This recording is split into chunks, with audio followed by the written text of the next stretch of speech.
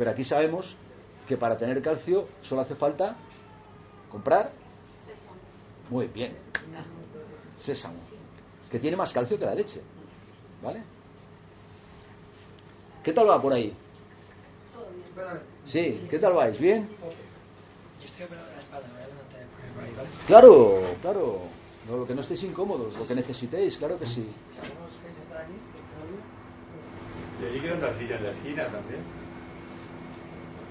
Que no estemos incómodos porque vamos a venir a todo lo contrario, a estar cómodos y pasar un buen ratillo. Ah, y aquí os decía el Helicobacter pylori. Fijaros, es este bicho verde. Y os voy a contar otra cosa muy curiosa y muy bonita. ¿Veis? Arriba hay casas como de un país como que está poco desarrollado, ¿se ve? Y abajo hay casas de un país como muy desarrollado, ¿se ve? El Helicobacter pylori, ¿dónde va a estar más? Sin pensar.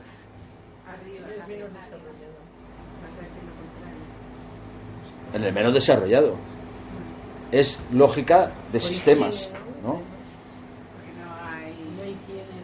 No hay higiene. Tengo una pregunta. Entonces, el Helicobacter el de la carne, está... No, ese es Trichomonas. Está en toda la carne. No, en las carnes rojas, En las carnes, principalmente. siempre está presente. No. En unas condiciones en que la carne tiene que estar bastante cruda.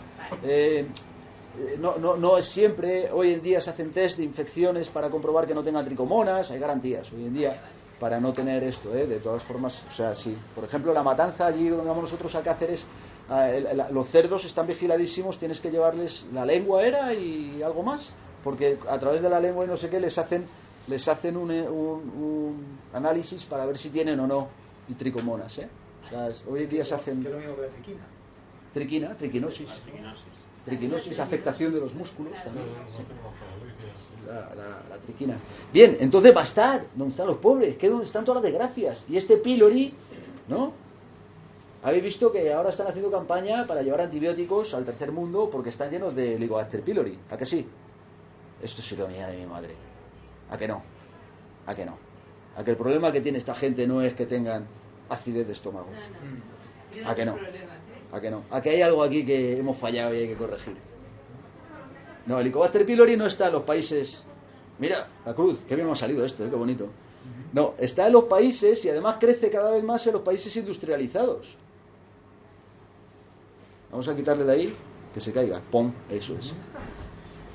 Sí, vamos a ver por qué. Vamos a ver por qué.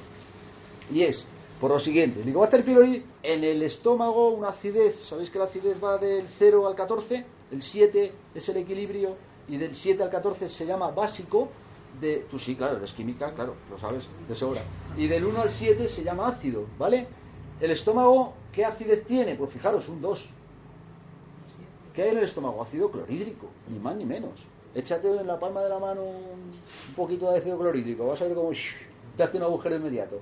¿Para qué? Para disolver las proteínas, para disolver las carnes. Y ahí no puede vivir ningún bicho. Eso pensábamos. Ahora ya hemos encontrado que vive el Helicobacter pylori. Bien. ¿Y qué ocurre con el Helicobacter pylori? Tiene unas funciones.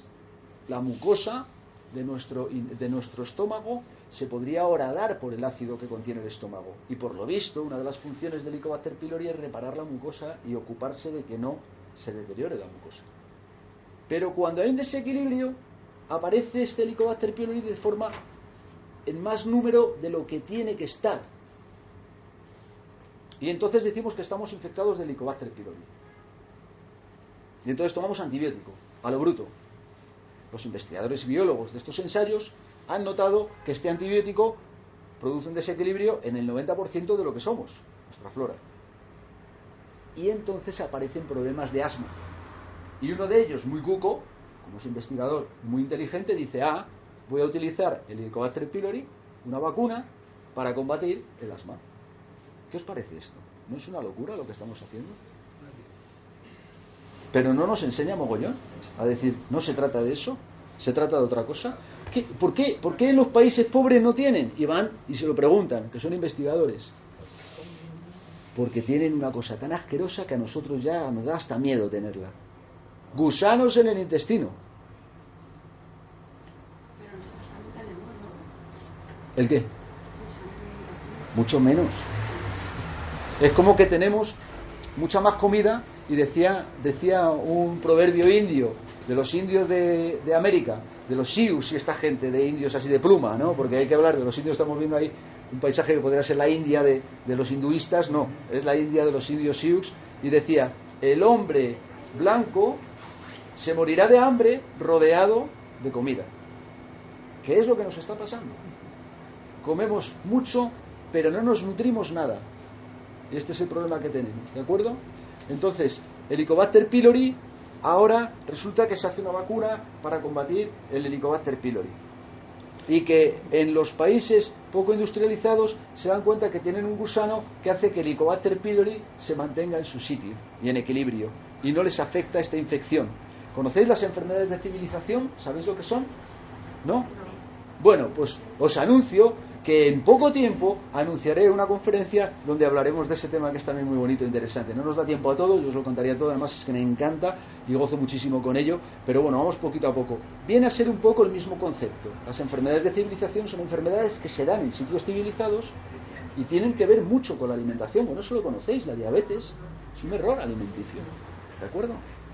Y la arteriosclerosis, el colesterol, son errores alimenticios, ¿vale? Por eso es muy interesante, y va en este tema a hablar de las enfermedades de civilización. Y Claude Bernard, está ensayando la pronunciación esta mañana, ¿verdad? Claude Bernard, que se note que mis hijos tienen madre francesa, acuñó el concepto de terreno. Que digo que no soy yo. Por eso ha habido un gesto ahí, habéis visto un gesto como raro, ¿no? Bien, es porque Isabel es mi segunda mujer y no es la madre de mis hijos. Dicho así, para que nos conozcamos un poco más, por eso de cooperar. Que sepamos con quién cooperamos y con quién nos jugamos las castañas, porque luego a ver tú de qué vas y a qué vienes, y eso es importante. Vale, la salud de los organismos superiores depende de su equilibrio interno. Tiene todo el sentido, ¿no? Bueno, en 1859 no creo que supiera tanto de lo que estamos hablando ahora, ¿eh? Sabemos nosotros mucho más que él, pero él ya sabía esto. Entonces, ¿qué hizo? Pues trabajó sobre el terreno interno. La vida necesita buen terreno, la vida dentro de nosotros. Vamos a ver, una semilla posee la información para convertirse en planta, pero si el terreno no es adecuado, si la echamos en cualquier trozo de tierra, ¿qué ocurre? Que ahí no sale ningún granado. Sin embargo, si prolifera en un terreno, ¿y qué es esto? Estos son el intestino es así, es como una felpa donde hay muchísimas, se llaman microvellosidades. ¿Sabéis por qué hay tantas microvellosidades en el intestino? Porque si yo tengo estas microvellosidades, tengo muchísima más superficie para poder absorber todo lo que llegue, para aumentar la superficie de absorción. ¿De acuerdo? Entonces, ahí está lleno de bichos. Eso es un panorama que vamos, y bien que estén. El 90% de nuestras heces, perdonad que me ponga escatológico, pero es necesario porque es científico ahora, son bichos. Cuando tenemos un problema, por ejemplo, de estreñimiento y por falta de heces, falta fibra. Pero es que la fibra crea bichos. Entonces es muy importante ver esto. Cuando tengo heces secas y escasas, me falta flora intestinal. Ya tengo un síntoma. Ya conozco mi energía interna a través del síntoma. Cuando tengo sensaciones de acidez al defecar, es que hay ácidos en los residuos, ¿vale? Comer carne y notarlo. Porque todo esto hay que llevarlo a la práctica y al aprendizaje sensorial para conocernos a través de estas sensaciones, ¿vale? Y cuando comes carne, yo noto muchísimo. Tomo carne muy poco, pero cuando tomo carne tengo más acidez a la hora de hacer de vientre, vamos a decirlo bien, porque luego va a quedar grabado y imagínate caca, vete a la mierda, no sé qué. Quedaría un poco mal, ¿vale? Y al revés, cuando tomas fibras, a mí lo que me hace defecar más a gusto son las lentejas, seguidas de las judías y los garbanzos.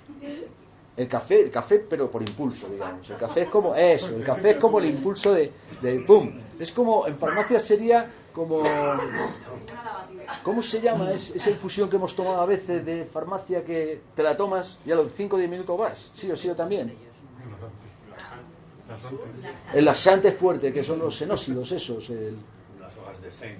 Las hojas de sen. Esas te las tomas en una infusión y a los 5 o 10 minutos prepara que esté cerca del baño, porque igual ni llegas. El picante es algo también. También a ti el picante. El picante sí se parte. Vale. ¿A alguien más el picante le produce esa sensación? No. ¿Y por qué hago esta pregunta? Porque veáis que tenemos que conocernos. A mí me llegaba mucha gente al mostrador de la farmacia y me decía, a mí este medicamento me produce esto, esto y esto. Y puse las orejas gordas para decir, cuidado, que aquí hay una información que no voy a adquirir en ningún otro sitio. Escuchémonos y compartamos estas peculiaridades, porque nos vamos a dar cuenta de lo variado que es, y así nos vamos a poder conocer nosotros mucho mejor, ¿de acuerdo? ¿Alguien más tiene algún estímulo a la hora de hacer de vientre? O al revés, ¿alguien que note que algo le estriñe? Los kiwis. ¿Kiwis? ¡Pum! Efecto. ¿Alguien más los kiwis le provoca este efecto? A mí me ayudan también los kiwis. ¿Ayudan? El magnesio, ¿no? El magnesio, La chía. producto maravilloso. La chía. La chía. La chía, ¿sabéis lo que les pasa? Cuando no está machacada, la chía crean un gel alrededor. Este gel da volumen a las heces. Un truco, muy bueno, muy bueno. Fijaros, el mayor estímulo para hacer de vientre, ¿sabéis cuál es? Comer. Sí, vale. Y una vez que hemos comido, puede haber muchos estímulos de esos, vamos a indagar un poco más, porque es verdad. Está relajado. Está relajado. Sí, eso es muy importante. Es que yo conozco gente que se estresa y... Importante, ¿por qué? y ya Porque está. ¿quién mueve el intestino? ¿Qué sistema? El de la relajación, el parasimpático, no el simpático, que es el del estrés. Luego está relajado, muy bueno, sí. Es un estímulo muy importante, pero hay uno más importante todavía. Caminar. Caminar es importante, pero hay uno que es más importante todavía. Centrarte a la misma hora todos los días. También los hábitos, porque el cerebro, sí, os explico cada uno de ellos. El cerebro se le programa fácilmente y reproduce estos programas con mucha facilidad. Muy importante y muy efectivo. Fijar todo lo que sacamos solamente de una pregunta y de vuestra participación. Qué bonito, ¿no? Así que, venga, y seguimos. Hay uno más importante. El agua. Dame tus manos. Y ahora, coger la mano del que tenéis al lado. Venga, vamos a hacerlo. Venga, coger la mano. Sentir la mano del que tenéis al lado. Hace sentir mucho la mano, ¿no? Sí. ¿Sí? Hace sentir mucho la mano. Vale, vamos a seguir con la mano si queréis, ¿eh? Cogidas, si queréis las podéis separar. Fijaros que en nuestro intestino hay muchas terminaciones nerviosas. La mano es muy sensitiva porque tiene muchas terminaciones nerviosas. Pasa lo mismo en el intestino. Necesitas saber que hay algo ahí para echar. Fijaros qué lógica tan aplastante. Y si hay poca comida, ¿qué pasa? Que las paredes del intestino no reciben la caricia de aquello que hay que echar y no se produce el peristaltismo intestinal. Qué fuerte, ¿no? Qué sencillo. O sea, que tiene que haber bolo. Comida. Entonces, la conclusión es comer. Comida, pero comida. Comer fibra. Porque la fibra alimenta a los bichos, da volumen a la hez Comer chía. y facilita. Chía y todo lo que tenéis aquí. Verduras de todo tipo, variada. Una cosa muy importante en el terreno. ¿Eh? ¿Cuánto le pagas? Comer fruta. Comer fruta.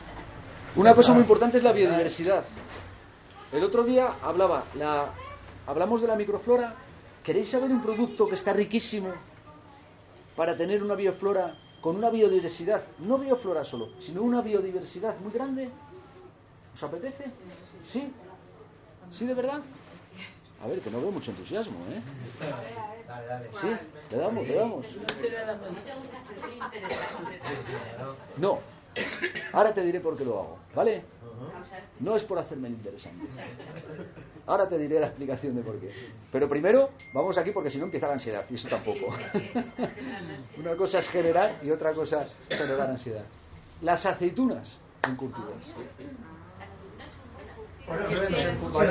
Uno de los mejores probióticos. No prebióticos, probióticos. Yo las devoro, pero Bichos. engordan mogollón, tío. Bichos. Y yo las devoro porque soy además de la tierra de las aceitunas. Siempre tengo aceitunas en casa, me como todas. Y un puesto de encurtidos me lo comería entero. Vale. Pero engordan, tío. Claro, Pedro. Todo en extremo 5 o 6 al día. es malo. Eso es, o sea, ahí lo que hay que hacer es medir un poco, ¿no? En el caso del exceso, las aceitunas son buenas. Porque tienen bichos, tienen muchos bichos, y bichos muy diversos, que no tienen otros repobladores intestinales, ¿vale? Claro, pero yo siempre tengo la misma pregunta. ¿Cuánta cantidad es la coherente para que algo haga su función? Bueno, Pero, pues claro, hay comerlo, yo comerlo. Ya, pero ¿cuánta cantidad de cada cosa? Porque si no, a lo mejor, ¿qué haces? ¿Comes todos los días 2 aceitunas? O o un día a la semana comer aceitunas. Lo que se trata aquí es, yo digo, como cada uno somos un mundo en gustos, en bioflora, en necesidades, lo que se trata es de que tengamos muchos recursos diferentes para hoy en día tenemos la oportunidad de poder beber de muchísimos recursos distintos. Y ahí vamos probando, y donde nos sintamos mejor y más a gusto, viendo nuestras sensaciones, al desalojar, al comer, nuestros kilos. Pero no solo las aceitunas, ¿no? O sea, cualquier encurtido que no esté pasteurizado es probiótico. Cualquier curtido es probiótico. Pepinillos en vinagre. Vale, ¿por qué no menciono pepinillos exactamente? ¿Por qué? Porque no son aceitunas, que la diferencia también la da las aceitunas, y porque si está demasiado avinagrado tenemos un problema de acidez importante en el vinagre, es ácido acético. Entonces ya empezamos a tener que valorar si es o no positivo. Y la aceituna puede ser aceituna que no sea demasiado ácida. Sí, pero que no es por la aceituna, es por el encurtido. O sea, con unos ajos encurtidos también son probióticos. Es la aceituna también. Según una enciclopedia que tengo, la aceituna es un probiótico especialmente. Yo por lo que he visto, todos los encurtidos, todos hay que ellos. tener la precaución de que no sea, o sea, el típico bote de aceitunas, que normalmente lo han pasteurizado, ese ya todo el probiótico se ha muerto. Exactamente. Y luego los encurtidos. Los encurtidos estos que te venden, que están en cacharros grandes, que son los que llevan tiempo, cuanto más tiempo más probiótico ha generado. Claro, ha generado más probiótico, pero tener en cuenta la acidez también. Porque cuando la acidez es muy grande, el probiótico no va a tener el pH adecuado para instaurarse en el intestino. Hay que ver ese equilibrio también, ¿de acuerdo? Entonces, de aceitunas, porque no es lo mismo cómo estén hechas. Hay tres formas, por lo menos, de hacer aceitunas: rajadas, en salmuera, con sosa. Hay muchas formas de preparar aceitunas. Eso ¿Cuál sería es. la más Influirá. adecuada? La más natural, en cierto modo, yo creo que la más natural. En ciertos casos es la que se coma al final, porque hay algunas que no te gustan, no la vas a comer por muy buenas que sean, pues será la que te guste, ¿no? Pero yo pienso que nosotros también hemos hecho aceitunas, pues agua, lavarlas con, sosa, pues intentar evitar productos, agua y sal, salmuera, ¿no? Yo creo que la salmuera es lo que quita y tal, luego el encurtido, dejarlas que digamos, creen ese probiótico. El yogur también es muy bueno porque crea el liquidillo del yogur que a veces tiramos, no lo tires. El chucrut es de lo mejor que hay, el chucrut. Y las hojas, en todas sus formas, que son Las hojas, no sojas, hojas. sojas. Ah, sojas. Ah, vale, Digo las hojas porque es toda la soja cuando está fermentada. ¿Qué es el fermento? El fruto de bichos viviendo. Luego tenemos ahí, fijaros qué alimento. ¿Qué son los brotes? Plantas, ahí ha dicho la campanaza, es el campanazo. Los brotes son el campanazo. Hay plantas haciendo así para vivir. Así para vivir. ¿Qué energía te va a transmitir un brote? De querer hacer algo, ¿no? Sí, pero un filete de carne así, de tal, no sé qué, pues te va a dejar en el sofá. Como se quedan las vacas después de comer, a echarse ahí a quedarse tranquilita reposando, ¿no? Porque ya has comido, ya has llenado el estómago, ¿vale? Todo esto muy interesante. Ah, ¿y por qué? Digo esto. ¿Queréis saber por qué? Digo esto y lo hago así. Cuando el terreno se ensucia, falla la homeostasis interna, apareciendo disfunciones que si se alargan el tiempo se manifiestan en síntomas. Entonces tenemos estos dos factores, terreno y alimento, como veis, el factor interno, el factor externo, síntomas de defensas en el terreno, sistema de defensas, y microorganismos, que son muy importantes para este sistema de defensas. Se ha comprobado por investigaciones que las enfermedades autoinmunes tan en boga últimamente tienen que ver porque la microflora ejerce una función de control en el sistema inmunitario, evitando las reacciones excesivas en el mismo. ¿Qué os parece esto? Potente. No sé si igual, pero sí, puedo repetirlo. Se ha comprobado por investigaciones científicas que la bioflora, en general, incluimos gusanos, microorganismos, ejerce un efecto de control sobre el sistema inmunitario para evitar las manifestaciones excesivas del sistema inmunitario. O sea, que es muy buena la vida. Es indispensable para vivir saludablemente. Esto es, que es nuestro 90%, y que no comemos para nosotros, y que si queremos estar sanos vamos a pensar en comer para nuestros bichos. Este es el... ¿Por qué os creo curiosidad? ¿Por qué os creo curiosidad? Porque en la escuela ¿Os acordáis de aquel profesor que hacía alguna pregunta y de repente estabais así, que fuisteis a casa y dijiste, yo no tengo que estudiar, me lo he pasado tan bien y me he divertido tanto que me he quedado con todo? Yo es que tengo un trauma.